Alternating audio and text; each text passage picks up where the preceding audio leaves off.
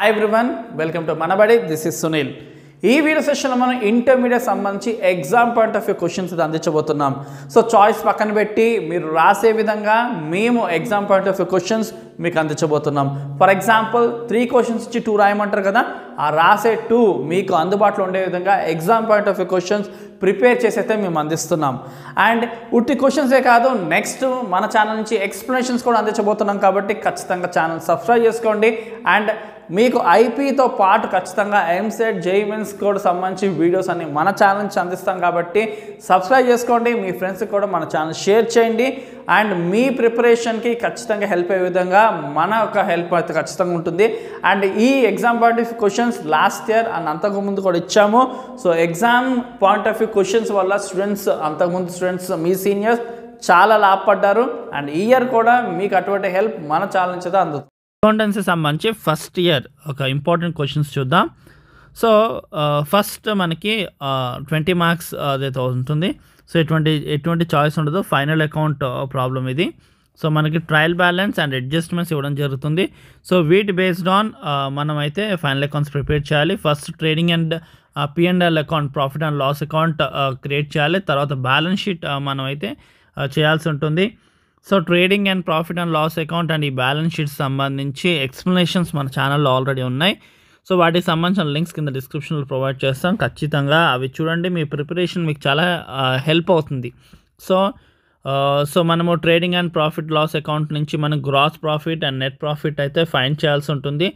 So ఆ net profit, so first gross profit వస్తుంది and ఆ తర్వాత మనకు నెట్ ప్రాఫిట్ వస్తుంది P&L అకౌంట్ ద్వారా. సో ఆ వచ్చిన నెట్ ప్రాఫిట్ని మనం లయబిలిటీస్లో క్యాపిటల్కి యాడ్ చేసుకుంటాం.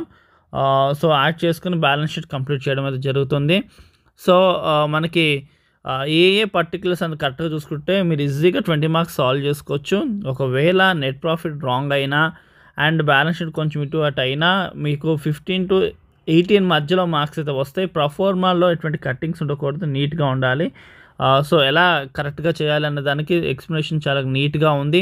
రైట్ ఫ్రమ్ పర్ఫార్మాన్స్ ఎక్స్ప్లెనేషన్స్ అండ్ అలాగే సమ్ ఎలాగా చేయాలి అన్న దానికి ఎక్స్ప్లెనేషన్స్కి సంబంధించి వీడియోస్ ఉన్నాయి. ఖచ్చితంగా చూడండి, అవి మీకు చాలా హెల్ప్ అవుతాయి.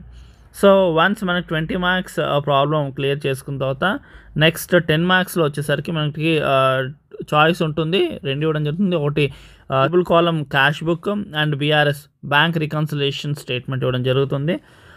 సో చాలామందికి ఏంటంటే కొంతమంది ట్రిపుల్ కాలం ఈజీగా ఉంటుంది, 3 కాలం క్యాష్ బుక్ ఈజీగా ఉంటుంది, కొంతమందికి BRS బ్యాంక్ రికన్సిలేషన్ స్టేట్మెంట్ ఈజీగా ఉంటుంది.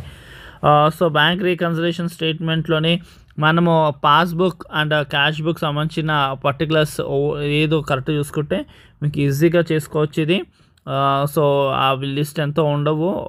సో అవి చూసుకుంటే ఇచ్చిన ఈ 5ని ఎలా ట్రీట్ చేయాలో మీకు ఈజీగా అర్థమవుతుంది. సో కాంట్రా ఎంట్రీ మెయిన్గా చూసుకోవాల్సిన ట్రిపుల్ కాలం క్యాష్ బుక్లో కాంట్రా ఎంట్రీకి సంబంధించి కన్ఫ్యూజ్ అవుతూ ఉంటారు. సో ఆ కాంట్రా ఎంట్రీని కనుక కరెక్ట్గా అర్థం చేసుకుంటే ఈ ట్రిపుల్ కాలం క్యాష్ బుక్ కూడా మీరు ఈజీగా సాల్వ్ చేసుకోవచ్చు. సో ముఖ్యంగా మనకి బ్యాంక్ రికన్సిలేషన్ స్టేట్మెంట్లో 12 పర్టికులర్స్ అయితే ఇవ్వడం జరుగుతుంది ఎక్కువగా, మోస్ట్ రిపీటెడ్గా.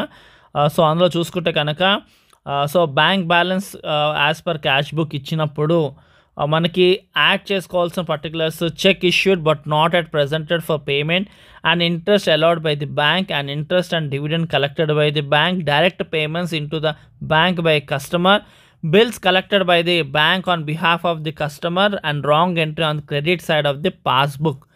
ఇది ఈ పర్టికులర్స్ యాడ్ చేయడానికి ముఖ్యంగా అడగడం జరుగుతుంది క్యాష్ బుక్ యొక్క బ్యాలెన్స్ ఇచ్చినప్పుడు. అదే లెస్ చేయాల్సిన పర్టికులర్స్ ముఖ్యంగా 6 పర్టికులర్స్ ఏంటి అంటే checks deposited in to bank but not at collected, ఇది చాలా ఇంపార్టెంట్ లెస్ చేయాల్సిన టాపిక్ ఇది. And bank charges and interest and over draft and debited in passbook, direct payments in respect of rent insurance made by the bank and dishonor of bill discontinued with the bank and check entered in cash book but not sent for collection, wrong entry for on the debit side of the passbook. ఈ 12 పర్టికులర్స్ని ముఖ్యంగా చూసుకోండి. So ఇక్కడ ఇచ్చిన కూడా మనకి దాన్ని based on ఇవ్వడం జరిగింది. సో సంచనాకు సంబంధించిన మీరు BRSని అయితే క్రియేట్ చేయాలి. అదే ఇక్కడైతే ట్రిపుల్ కాలం క్యాష్ బుక్, ఇది ట్రిపుల్ కాలంలోనే ఎక్కడైతే మీరు కాంట్రా ఎంట్రీ చేస్తారో అక్కడ C అని మాత్రం పెట్టడం మర్చిపోకండి లెడ్జర్ ఫోలియోలో. సో ఈజీగా చేసుకోవచ్చు. బీఆర్ఎస్ అయితే మీకు తొందరగా టైం కన్జప్షన్ ఈజీగా అయిపోతుంది, తక్కువ టైంలో చేసుకోవచ్చు. కానీ కొన్ని కన్ఫ్యూజన్స్ ఉంటాయి. కన్ఫ్యూజన్ మైండ్ ఉన్న వాళ్ళు మాత్రం ట్రిపుల్ కాలమ్ సెలెక్ట్ చేసుకుంటే బెస్ట్. కన్ఫ్యూజన్ మైండ్ లేదు, మేము క్లారిటీగా ఉన్నాం అనుకున్న వాళ్ళు టైం ఈజీగా మీకు సాల్వ్ చేసుకోవడానికి తక్కువ టైంలో అయిపోయేది ఏంటంటే bank reconciliation statement. Okay, next short క్వశ్చన్స్లో చూసుకుంటే కనుక classification of accounts with examples. So మనకి అకౌంట్స్ క్లాసిఫై చేయండి విత్ ఎగ్జాంపుల్స్. ముఖ్యంగా చెప్పాలంటే మనం 2 రకాలు ఉంటుంది, personal account, impersonal account. So ఇంపర్సనల్లో మళ్ళీ ఇంకో 2 అకౌంట్స్ ఉంటాయి, real account and nominal account అని. సో పర్సనల్ అకౌంట్స్లో natural accounts, artificial accounts, representative accounts కూడా వస్తారు. ఫర్ ఎగ్జాంపుల్ న్యాచురల్ పర్సన్స్ అంటే లైక్ రాజేష్, లక్ష్మణ్, సురేష్, రమేష్, వీళ్ళందరూ కూడా న్యాచురల్ పర్సన్స్. సో మనుషులు, ఆల్ హ్యూమన్ బీయింగ్స్ వస్తారు. అదే మనకి ఆర్టిఫిషియల్ పర్సన్స్లో అనుకోండి, లైక్ ఫర్మ్స్ ఆర్ ఇన్స్టిట్యూషన్ సంబంధించి ఉంటుంది, like Infosys limited, Andhra bank and life insurance corporation ఇలాగా. అదే రిప్రజెంటేటివ్లోకి వస్తే rent receivable account, insurance premium paid in advance accounts, ఇలాంటివన్నీ కూడా మనకి రిప్రజెంటేటివ్ పర్సన్స్ లాగా వస్తుంది. లైక్ శాలరీస్ పేయబుల్, ఇవన్నీ కూడా మనకి రిప్రజెంటేటివ్ పర్సన్స్లా వస్తుంది. Main natural persons and artificial persons focus చేసుకుంటే సరిపోతుంది. అదే ఇంపర్సనల్లో వచ్చేసరికి మనకి real account and nominal account వస్తుంది. రియల్ అకౌంట్లో వచ్చేసరికి like good will, copy rights, ఇలాంటి లీజ్ సంబంధించిన టాంజిబుల్, ఇంటాంజిబుల్ 2 వస్తారు. టాంజిబుల్ అసెట్స్, ఇంటాంజిబుల్ అసెట్స్ 2 అంటే లైక్ బిల్డింగ్స్, మిషనరీ, ఫర్నిచర్ ఇలాంటివి వస్తాయి. And goodwill, copyrights ఇలాంటివి వస్తాయి. సో టాంజిబుల్ ఏంటివి? Buildings, machine, furniture. అది ఇంటాంజిబుల్ అంటే goodwill, copyrights, patents, lease, ఇవన్నీ కూడా ఇంటాంజిబుల్. సో 2 థింగ్స్ వస్తుంది, tangible things and intangible things 2 కూడా వస్తుంది. అండ్ అదే నామినల్ అకౌంట్లో వచ్చేసరికి మనకి like salaries, wages, rent paid, commission received, discount allowed, ఇలాంటివన్నీ కూడా అంటే ఎక్స్పెన్సెస్, లాసెస్, ఇన్కమ్స్ అండ్ గెయిన్స్కి సంబంధించిన అకౌంట్స్ అన్నీ కూడా నామినల్ అకౌంట్స్ అంటారు. సో ఏంటి నామినల్ అకౌంట్స్ అంటే? Expenses, losses, income and gains సంబంధించినవన్నీ కూడా మనకి నామినల్ అకౌంట్స్లో వస్తుంది.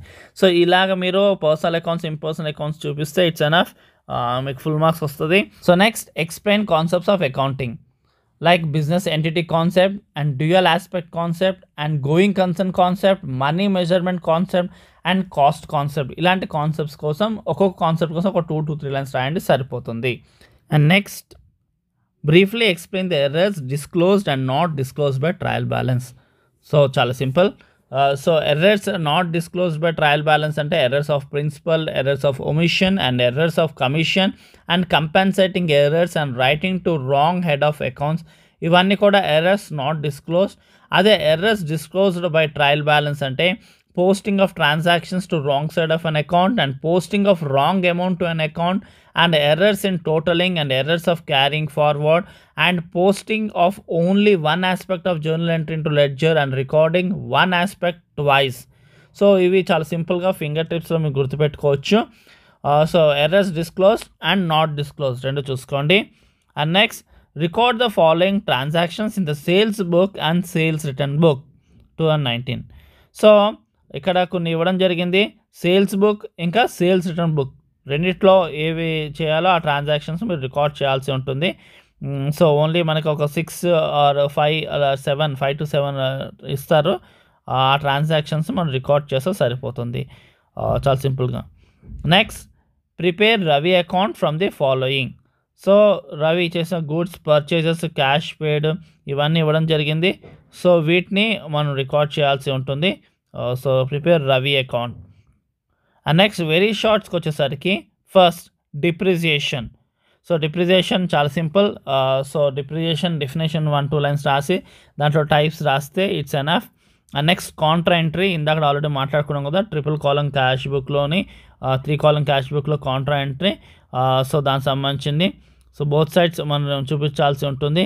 Next, accounting. చాలా బేసిక్ క్వశ్చన్ ఇది, మ్యాక్సిమం అడగడం జరుగుతుంది. సో ఈ డిప్రిసియేషన్, కాంట్రా ఎంట్రీ, అకౌంటింగ్ మ్యాక్సిమంగా అడగడం జరుగుతుంది. And next, ledger. So ledger, journal 2 చూసుకోవాల్సి ఉంటుంది. ఆల్రెడీ 10th ఉంది చూడండి, జర్నల్ అండ్ అలాగే లెడ్జర్ కూడా చూసుకోవాల్సి ఉంటుంది. Next, book keeping. And next, cash discount and debit note and trade discount. So ఇక్కడ cash discount and trade discount ఉంది కదా, సో మీరు డిఫరెన్సెస్లో చదువుకున్నా పర్లేదు, సపరేట్ చదువుకున్నా పర్లేదు. సో చాలా important concept. So trade discount అంటే ఏంటి? సెల్లర్ టు బయ్యర్ అలౌ చేసిన డిస్కౌంట్ అది. It is allowed by the seller to the buyer at the time of selling the goods. So goods అమ్మే టైంలోని సెల్లర్ అమ్మే అతను కొనే అతనికి ఇచ్చే డిస్కౌంట్ ఏంటి? Trade discount. అదే క్యాష్ డిస్కౌంట్ అంటే it is allowed by the creditor to the debtor at the settlement of due. So ఇక్కడ వచ్చేసరికి బయింగ్ అండ్ సెల్లింగ్, ఇక్కడ creditor and debtor relation. So and ఈ ట్రేడ్ డిస్కౌంట్ అనేది invoice బిల్లో చూపిస్తాము, అదే క్యాష్ డిస్కౌంట్ అనేది ఇన్వాయిస్ ఆర్ బిల్లో చూపించము. సో మనం ట్రేడ్ డిస్కౌంట్ ఎందుకు చేస్తామంటే సేల్స్ వాల్యూమ్ పెంచుకోవడానికి. సో అదే it is given to get early and prompt payment. Cash discount ఏంటి? పేమెంట్స్ క్లియర్ చేసుకోవడానికి కొంత డిస్కౌంట్ ఇచ్చేది క్యాష్ డిస్కౌంట్. అలా కాకుండా సేల్స్ పెంచుకోవడానికి చేసేదేమో ట్రేడ్ డిస్కౌంట్. సో ఇది ఇక్కడ మనకి catalogue price of the product, కెటలాగ్లో ఉన్న ప్రోడక్ట్ ప్రైస్ మీద ఇచ్చేది ట్రేడ్ డిస్కౌంట్. ఇది అలా కాదు, డ్యూ సంబంధించి ఇచ్చేదేమో క్యాష్ డిస్కౌంట్. సో మనకేంటంటే ఇది ట్రేడ్ డిస్కౌంట్ ఎప్పుడు కూడా కెటలాగ్ ప్రైస్ మీద డిస్కౌంట్ చేయడం జరుగుతుంది, కానీ క్యాష్ డిస్కౌంట్ మాత్రము బుక్ ఆఫ్ అకౌంట్స్లో మాత్రమే చూపించడం జరుగుతుంది. So trade discount and cash డిస్కౌంట్ని అర్థం చేసుకొని చదివితే మీకు తర్వాత కూడా డిగ్రీలో కూడా మీకు ఈ రెండు కూడా పనికొచ్చే కాన్సెప్ట్స్ ఇవి.